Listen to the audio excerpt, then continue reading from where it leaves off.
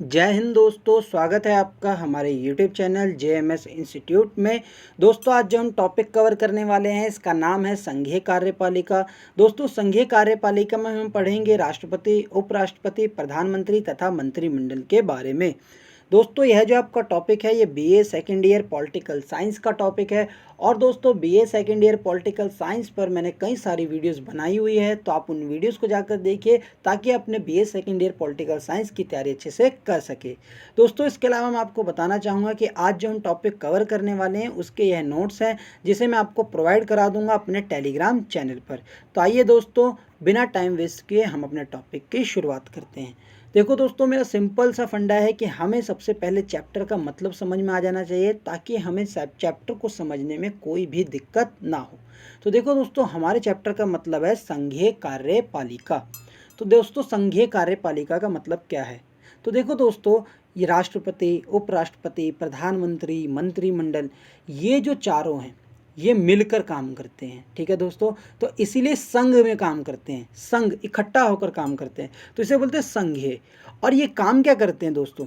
तो ये लोग या ये जो अधिकारी हैं ये हमारे देश को चलाते हैं। ठीक है दोस्तों, प्रधानमंत्री, राष्ट्रपति, उपराष्ट्रपति, मंत्रिमंडल ये मिलकर क्या कर रहे हैं? हमारे देश को चला रहे हैं। तो कार्यपालिका का मतलब होता है काम करने वाली पालिका। तो इस देश के लिए काम कौन कर रही है? जो इस देश के फैसले कौन ले रही है?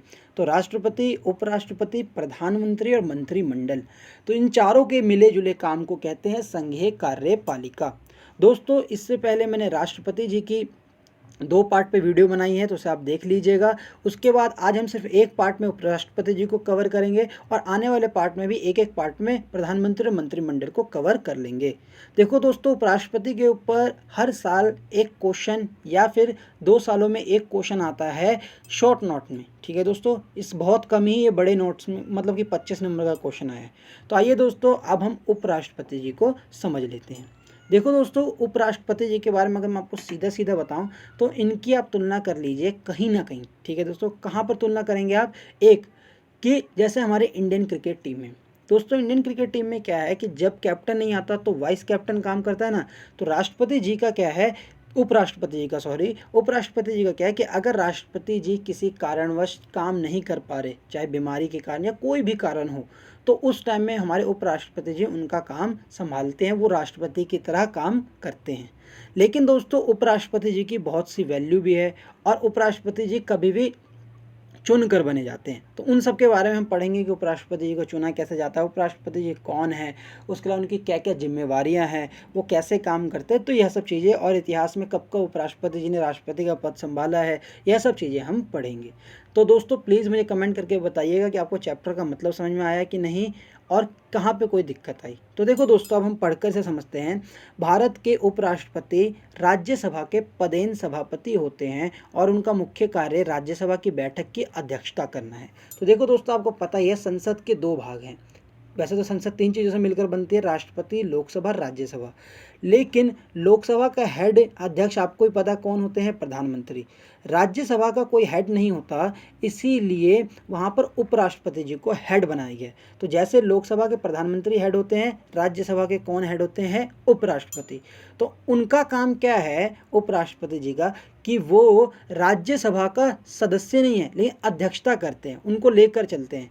इसे मतदान का अधिकार भी नहीं है। जैसे आप लोकसभा में देखते होंगे कि मतदान का अधिकार है प्रधानमंत्री को, लेकिन उपराष्ट्रपति जी को राज्यसभा में मतदान का अधिकार नहीं है। उसके अलावा दोस्तों यहाँ पे बताया गया है वो निर्णायक मत दे सकते हैं। निर्णायक मत का मतलब क्या होता है दोस्तों? निर्णायक मत का मतलब होता है कि अगर राज्यसभा में 50 लोग कह रहे हैं कि इस बिल को पास कर दो, 50 कह रहे हैं नहीं कर दो, तो ऐसे टाइम में राष्ट्रपति अगर 51वां बन जाएंगे और वो कहेंगे मत पास करो तो वो बिल पास नहीं होगा, या अगर वो कह देंगे कि हाँ पास कर दो तो उस टाइम में वो पास हो जाएगा।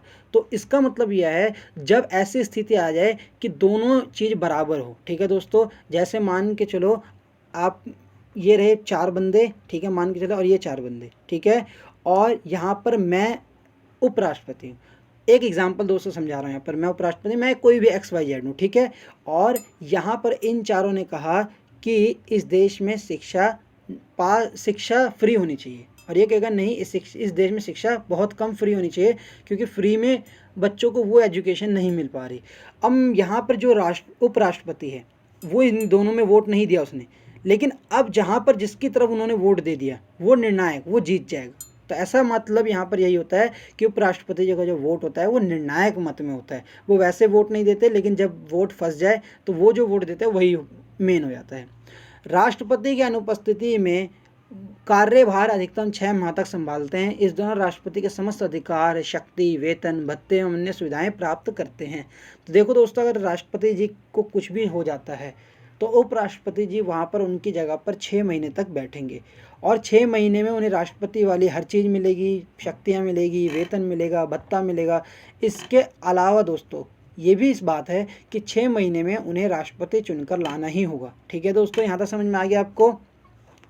अब हम पढ़ते हैं कि अगर आपको उपराष्ट्रपति बनना है या देश में हमारे किसी को उपराष्ट्रपति बनना है तो उसके पास कौन कौन सी योग्यता होनी चाहिए। तो देखो दोस्तों, सबसे पहले वह भारत का नागरिक होना चाहिए, उसकी आयु 35 वर्ष से कम ना हो, उसमें राज्यसभा का सदस्य बनने की योग्यता हो, मतलब पागल, दिवालिया, कर्जदार ना हो, ये सब राज्यसभा सदस्य बनने की योग्यता है। भारत सरकार, राज्य सरकार या किसी स्थानीय या अन्य अधिकारों के अधीन लाभ के पद पर नहीं होना चाहिए। तो देखो दोस्तों, यहाँ पर ये भी बताया गया है कि जो राज्यसभा का सदस्य है वो किसी लाभ पद पर ना हो। ठीक है दोस्तों, वो कहीं दूसरे ऐसे जगह पर ना हो जहाँ से वो प्रॉफिट कमा सके, जैसे किसी कंपनी का चेयरमैन ना हो, किसी ऐसी जगह का हेड ना हो जहाँ से वो प्रॉफिट कमा सके। ठीक है दोस्तों, तो यहाँ पर ये बात बताई गई है। अब दोस्तों, उपराष्ट्रपति जी का चुनाव कैसे होता है। उपराष्ट्रपति जी का निर्वाचन संसद के दोनों सदनों के सदस्यों द्वारा अनुपातिक प्रतिनिधित्व के आधार पर एकल संक्रमण प्रणाली द्वारा किया जाता है। तो देखो दोस्तों, आपको ये पता होना चाहिए कि जो हमारे राष्ट्रपति जी का चुनाव था वो कैसे होता था। लोकसभा, राज्यसभा, राज्य की विधानसभा, लोकसभा, राज्यसभा, राज्य की विधानसभा। बस उससे ये इतना बदल जाता है कि इसमें सिर्फ लोकसभा और राज्यसभा वोटिंग करती है, और राष्ट्रपति जी में लोकसभा, राज्यसभा, राज्य की विधानसभा वोट करती है। और इनका भी एकल संक्रमण मतदान प्रणाली द्वारा होता है। मतदान गुप्त होता है, जो वोटिंग देंगे वो ये नहीं पता होता कि कौन किस उपराष्ट्रपति को वोट दे रहे हैं। उपराष्ट्रपति के पद की आवश्यकता रखने वाले किसी व्यक्ति को पद हेतु चुनाव एक से अधिक बार के लिए हो सकता है। तो देखो दोस्तों, एक से ज़्यादा बार भी उपराष्ट्रपति जी को चुना जा सकता है, जैसे राष्ट्रपति जी को। यहाँ तक दोस्तों आपको समझ में आ रहा है ना। कोई दिक्कत हो तो प्लीज़ दोस्तों मुझे बता देना कमेंट कर। उपराष्ट्रपति चुनाव के अनुसार इस पद के उम्मीदवार को नामांकन पत्र पर हस्ताक्षर, प्रस्तावक रूप में अन्य 20 मतदाताओं के हस्ताक्षर, अनुवादक के रूप में प्राप्त करने होते हैं। कोई भी प्रस्ताव अकत अनुमोदक एक ही नामांकन पत्र कर सकता है। प्रत्येक नामांकन पत्र के साथ 15,000 की जमानत राशि जमा करनी पड़ती है। देखो दोस्तों, राष्ट्रपति जी में क्या था कि 50 लोग नाम देंगे और 50 लोग साइन कर कर राष्ट्रपति जी का नाम आगे देंगे, तब जाके वो व्यक्ति राष्ट्रपति का चुनाव लड़ सकता है। लेकिन अगर उपराष्ट्रपति का चुनाव लड़ना है तो 20 मतदाता कौन, लोकसभा, राज्यसभा में से, और अगर वो साइन करके देंगे तब वो चुनाव लड़ सकेंगे। और उसको लड़ने के लिए उन्हें 15,000 की जमानत राशि जमा करानी होगी। दोस्तों, मतदान, यहाँ तक दोस्तों को समझ में आ गया ना कि कैसे होगा, सब राष्ट्रपति जी की तरह है। तो उपराष्ट्रपति जी का यहाँ तक मैं आपको यही बताना चाह रहा हूँ कि उपराष्ट्रपति जी बनने की क्या योग्यता होनी चाहिए। अगर उपराष्ट्रपति का चुनाव किसी ने लड़ना है तो राज्यसभा और लोकसभा में से 20 लोगों के हस्ताक्षर चाहिए जो उनके सपोर्टर हों, वो कह दे कि हाँ ये व्यक्ति को हम उपराष्ट्रपति बनता देखना चाहते हैं, तो उनका चुनाव होगा। और 15,000 की जमानत राशि देनी होगी कि अगर वोट नहीं जीत पाते, बहुत कम वोट आते हैं, तो वो जमानत राशि जब्त हो जाएगी। ठीक है दोस्तों। मतदान का मतलब क्या होता है दोस्तों कि उपराष्ट्रपति चुनाव में कौन वोट देता है, तो दोस्तों सांसद ही देते हैं। ठीक है, अगर राष्ट्रपति जी का होता है तो उसमें राज्य की विधानसभाएं मतलब कि एमएलए भी देते हैं। ठीक है दोस्तों, लेकिन इसमें कौन देते हैं, सिर्फ सांसद। तो उपराष्ट्रपति से निर्वाचन में केवल संसद के दोनों सदनों से मिलकर बनने वाले निर्वाचक गण के सदस्य ही भाग लेते हैं, जबकि राष्ट्रपति के निर्वाचन में राज्य के विधायक और संसद दोनों ही मत डालते हैं। तो दोस्तों समझ में आ गया। यहाँ पर कार्यकाल, इनका कार्यकाल, ये कितने समय तक अगर उपराष्ट्रपति चुने जाते हैं तो होते हैं, इनका कार्यकाल 5 वर्ष का होता है। किंतु इससे पहले भी राष्ट्रपति त्यागपत्र दे सकता है और यदि राज्यसभा अपने बहुमत सदस्य जो उपराष्ट्रपति हटाने का प्रस्ताव दे तो उसे अपना पद त्यागना पड़ेगा। तो देखो दोस्तों, यहाँ पर यह बताया गया है कि इनका टाइम उपराष्ट्रपति का 5 साल का होता है और इससे पहले भी उपराष्ट्रपति जी त्यागपत्र दे सकते हैं। यदि राज्यसभा अपने बहुमत सदस्य, अगर राज्यसभा बहुत सारे सदस्यों के साथ उपराष्ट्रपति को हटाने का प्रस्ताव दे तो उन्हें अपने पद से त्याग देना पड़ेगा, लेकिन उनके लिए उन्हें 14 दिन पहले ही साइन करके देना पड़ेगा कि हम आपको हटाना चाह रहे हैं। जैसे दोस्तों ये महाभियोग वाली बात हो गई। और उपराष्ट्रपति जब तक अपने पद पर बने रहते हैं जब तक उनका उत्तराधिकारी उपराष्ट्रपति का पद ना ग्रहण कर ले। तो देखो दोस्तों, उपराष्ट्रपति जब भी अपने पद से हटेंगे जब कोई दूसरा उनके पद पर जीत कर आएगा। तो मतलब उन्हें हटाने के लिए 14 दिन जब दे दिए जाएंगे तो उस 14 दिन में नए उपराष्ट्रपति को चुन लिया जाएगा। तो देखो दोस्तों, एक बार हम फिर से रिवाइज कर लेते हैं, फिर से चीज़ों को देख लेते हैं। तो देखो दोस्तों, उपराष्ट्रपति जी की खासियत यह है कि वो राज्यसभा के अध्यक्ष हैं। वो राज्यसभा की मीटिंग बुलाते हैं, उसका ध्यान रखते हैं। अगर कोई फैसला अटक जाता है बिल्कुल, जहाँ पर बिल्कुल समझ नहीं आता कि इस फैसले में क्या होगा, ऐसे टाइम में उपराष्ट्रपति जी के फैसले को माना जाता है। उपराष्ट्रपति बनने के लिए नॉर्मल जो योग्यताएं हैं, भारत का नागरिक, 35 वर्ष से कम, लाभपात्र पद पर ना हो और उसे राज्यसभा के मेंबर बनने की खासियत होनी चाहिए। उपराष्ट्रपति जी के चुनाव कैसे होते हैं? तो अनुपातिक प्रतिनिधि एकल संक्रमण प्रणाली द्वारा होता है, जो राष्ट्रपति जी के द्वारा होता है, जिसकी हर एमपी की वोट की वैल्यू अलग होती है। इसका मतदान गुप्त होता है, पता नहीं होता कि कौन ने किसने किसको वोट दिया। उसके अलावा दोस्तों, उपराष्ट्रपति अगर किसी को बनना है तो उसे 20 सांसदों का संरक्षण, मतलब कहीं ना कहीं एक साइन या उनके सपोर्टर होने चाहिए और उसके लिए उनको 15,000 की राशि जमानत जमा करानी पड़ेगी। और दोस्तों, मतदान आपको बता ही दिया, किसमें लोकसभा राज्यसभा के भी हिस्सा लेते हैं लोग। अब यहाँ पर दोस्तों इनका कार्यकाल भी हमने डिस्कस किया था अभी। अब हम इनके वेतन और भत्ते की बात करते हैं। तो देखो दोस्तों, उपराष्ट्रपति अपने पद का वेतन नहीं ग्रहण करते। तो याद रखिए दोस्तों, उपराष्ट्रपति जी को अपना वेतन नहीं मिलता, बल्कि उन्हें इस चीज़ का वेतन मिलता है कि वो राज्यसभा के हेड हैं। समझ में आया दोस्तों कि नहीं? वो उपराष्ट्रपति हैं, उन्हें कोई वेतन नहीं मिलता। उन्हें इस चीज़ का वेतन मिलता है कि वो राज्यसभा के सभापति हैं। ठीक है दोस्तों, और उनका वेतन 1,25,000 प्रति माह था दोस्तों 2017 के अनुसार। इसके अतिरिक्त उपराष्ट्रपति का निःशुल्क आवास एवं अन्य भत्ते भी मिलते हैं। तो दोस्तों, जो उपराष्ट्रपति जी को पैसे मिलते हैं वो निःशुल्क आवास, मतलब उनको रहने के लिए घर मिलता है जिसका कोई पैसा नहीं होता, और अन्य भत्ते भी मिलते हैं जैसे टेलीफोन का बिल वगैरह वगैरह, पेट्रोल, कई चीज़ें होते हैं इन भत्तों में। ठीक है दोस्तों, उपराष्ट्रपति राष्ट्रपति के कृत्यों का निर्माण करते हैं। कृत्यों मतलब क्या था दोस्तों? कामों का। तो उपराष्ट्रपति वही काम करते हैं जो राष्ट्रपति करते हैं। कब? जब राष्ट्रपति नहीं चुने जाए, जब राष्ट्रपति की जगह वो काम करेंगे। देखो, ये उपराष्ट्रपति जी हैं और ये राष्ट्रपति जी हैं। अगर राष्ट्रपति जी को कुछ भी हो जाता है तो ये तो राष्ट्रपति की तरह काम करेंगे, फिर इनकी सैलरी राष्ट्रपति वाली होगी और सारे काम राष्ट्रपति की तरह करेंगे। और जब तक ये राष्ट्रपति नहीं है, उपराष्ट्रपति है, तब तक ये काम कैसे करेंगे? राज्यसभा के पद के अधिकारी के रूप में, मतलब राज्यसभा के अध्यक्ष के रूप में। तो तब इनको कौन सी सैलरी मिलती है? राज्यसभा के अध्यक्ष की। यहाँ पर दोस्तों आपको सब समझ में आ गया। अब हम दोस्तों यहाँ पर देखते हैं कि भारत को संचित निधि से किया जाता है भत्ते। उपराष्ट्रपति का वेतन भत्ता भारत के संचित निधि से किया जाता है। वर्तमान स्थिति में श्री वेंकैया नायडू भारत के उपराष्ट्रपति हैं। तो देखो दोस्तों, यहाँ पर यही बताया गया है कि जो वर्तमान उपराष्ट्रपति हैं वो श्री वेंकैया नायडू हैं। ठीक है दोस्तों, इसके अलावा दोस्तों हम अब पढ़ते हैं उपराष्ट्रपति जी के कार्य। तो देखो, जैसे कि राष्ट्रपति जी के कार्य थे, उपराष्ट्रपति जी के भी अपने बहुत कार्य होते हैं। राष्ट्रपति के बाद उपराष्ट्रपति देश के सर्वोच्च पद अधिकारी होते हैं। इनके पद से कोई विशेष कृत्य नहीं जुड़ा है। उपराष्ट्रपति के कुछ समान कार्य इस प्रकार हैं।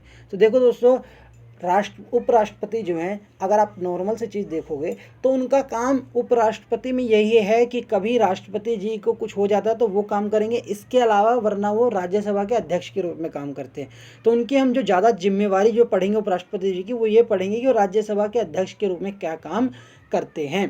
तो देखो दोस्तों, उपराष्ट्रपति को राज्यसभा के अध्यक्ष के रूप में अधिवेशन की अध्यक्षता करते हैं जब भी राज्यसभा की मीटिंग लगती है। तो देखो दोस्तों, अगर आप लोकसभा राज्यसभा, अगर आप यूपीएससी या भविष्य में कोई भी, या आप पॉलिटिकल की बहुत अच्छी नॉलेज लेना चाहते हैं, तो मैं आपको 2 टीवी सजेस्ट करूंगा कि लोकसभा राज्यसभा टीवी ज़रूर देखें। और लोकसभा राज्यसभा टीवी में आप देखते होंगे कि राज्यसभा में जो भी मीटिंग होती है तो जो उसके एक मर्यादा बनाने के लिए जो उनकी जिम्मेवारी होती है राज्यसभा की, वो किसके ऊपर होती है? उपराष्ट्रपति जी के ऊपर। ठीक है दोस्तों, तो आपने देखा होगा कि वेंकैया नायडू जी सीट पर बैठते हैं, वहाँ से सारी अध्यक्षता करते रहते हैं। तो देखना कभी आप दोस्तों, आप समझ जाओगे। राज्यसभा में अनुशासन कायम रखना उनकी जिम्मेदारी है। तो देखो दोस्तों, राज्यसभा में ये नहीं चलता कि ये फेंक दिया, वो काट दिया, वो फोड़ दिया, ये नहीं चलता। अगर ऐसा होता तो उनकी ये जिम्मेवारी है कि वो अनुशासन बनाए रखे। व्यक्ति सदन का अनुशासन भंग करता है तो उपराष्ट्रपति से बाहर निकाल सकते हैं।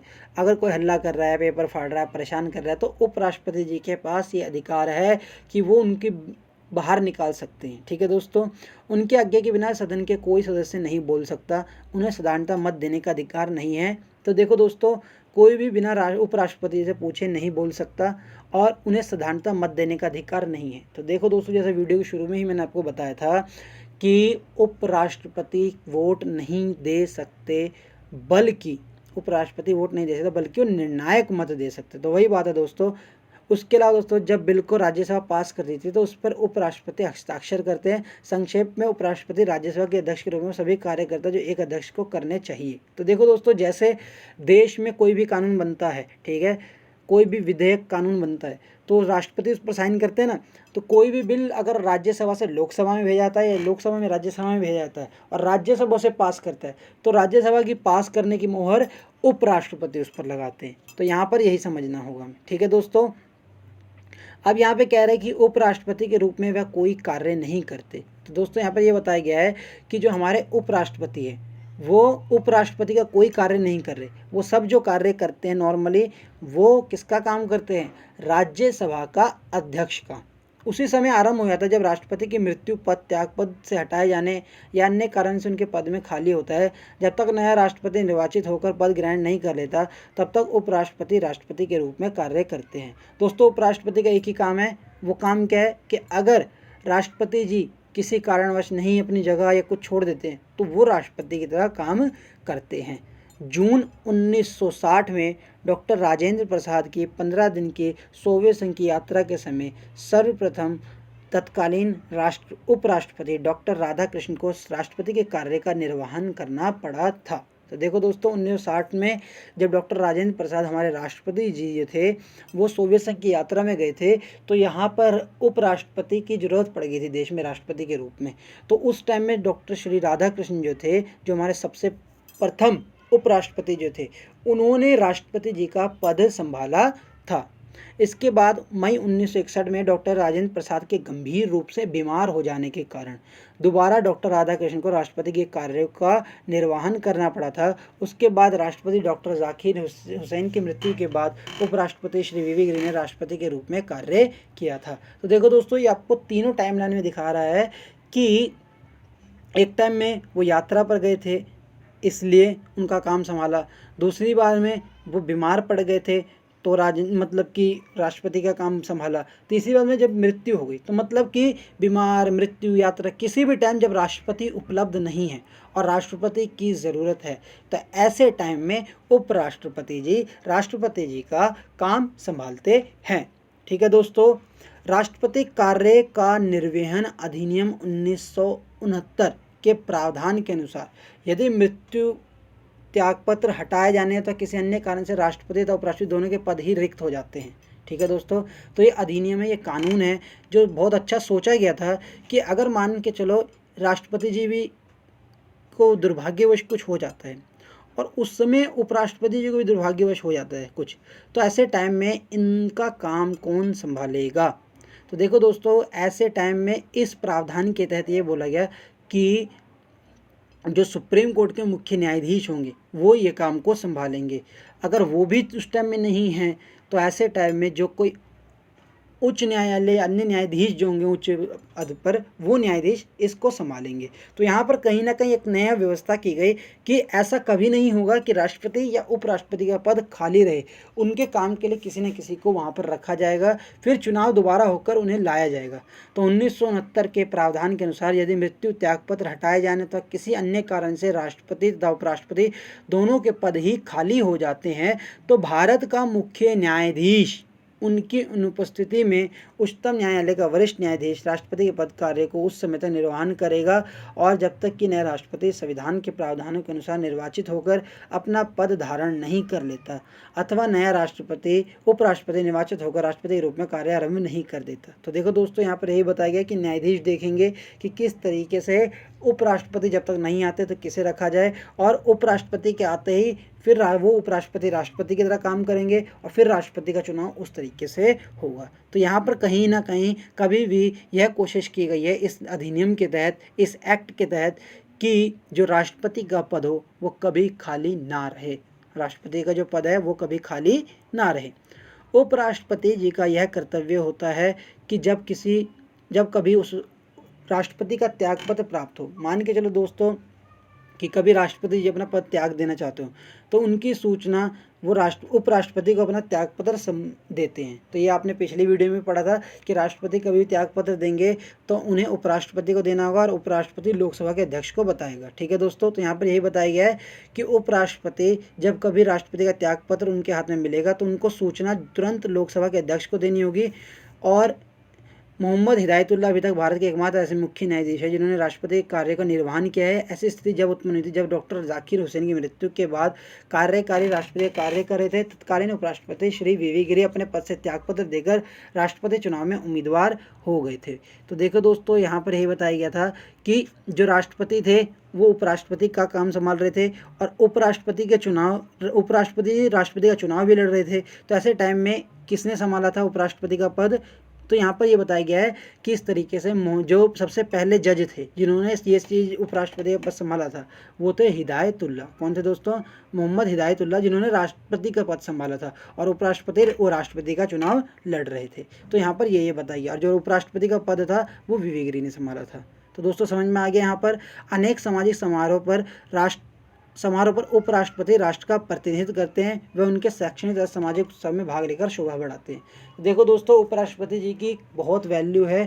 कहाँ पर वो किसी भी जगह जाते हैं तो उन्हें स्पेशल एक उपराष्ट्रपति की तरह, वो कहीं ना कहीं देश के राष्ट्रपति की तरह ही कहीं ना कहीं वो अपने पद का एक गरिमा को बनाए रखते हैं। तो देखो दोस्तों, ये बहुत ही आसान था। अगर आप पिछली वीडियोस को जाकर देखेंगे तो यहाँ पर हमने संघीय कार्यपालिका के 2 पार्ट्स को कवर कर लिए। दोस्तों हम प्रधानमंत्री तथा मंत्रिमंडल को कवर करेंगे। तो देखो दोस्तों, एक बार मैं आपको सारी चीज़ें बता देना चाहता हूँ। संघीय कार्यपालिका हमारे देश को चलाने वाली कार्यपालिका, राष्ट्रपति इस देश में कैसे काम करते हैं, उपराष्ट्रपति कैसे काम करते हैं। देखो दोस्तों, ये हमने हेड के बारे में पढ़ा है। मेन जो इन शक्तियाँ हैं वो इन दोनों के पास है, प्रधानमंत्री और मंत्रिमंडल के बारे में, जिसके बारे में हम अगली वीडियो में पढ़ेंगे। तो आई होप दोस्तों मैं आपको समझाने में सक्षम रहा हूँगा।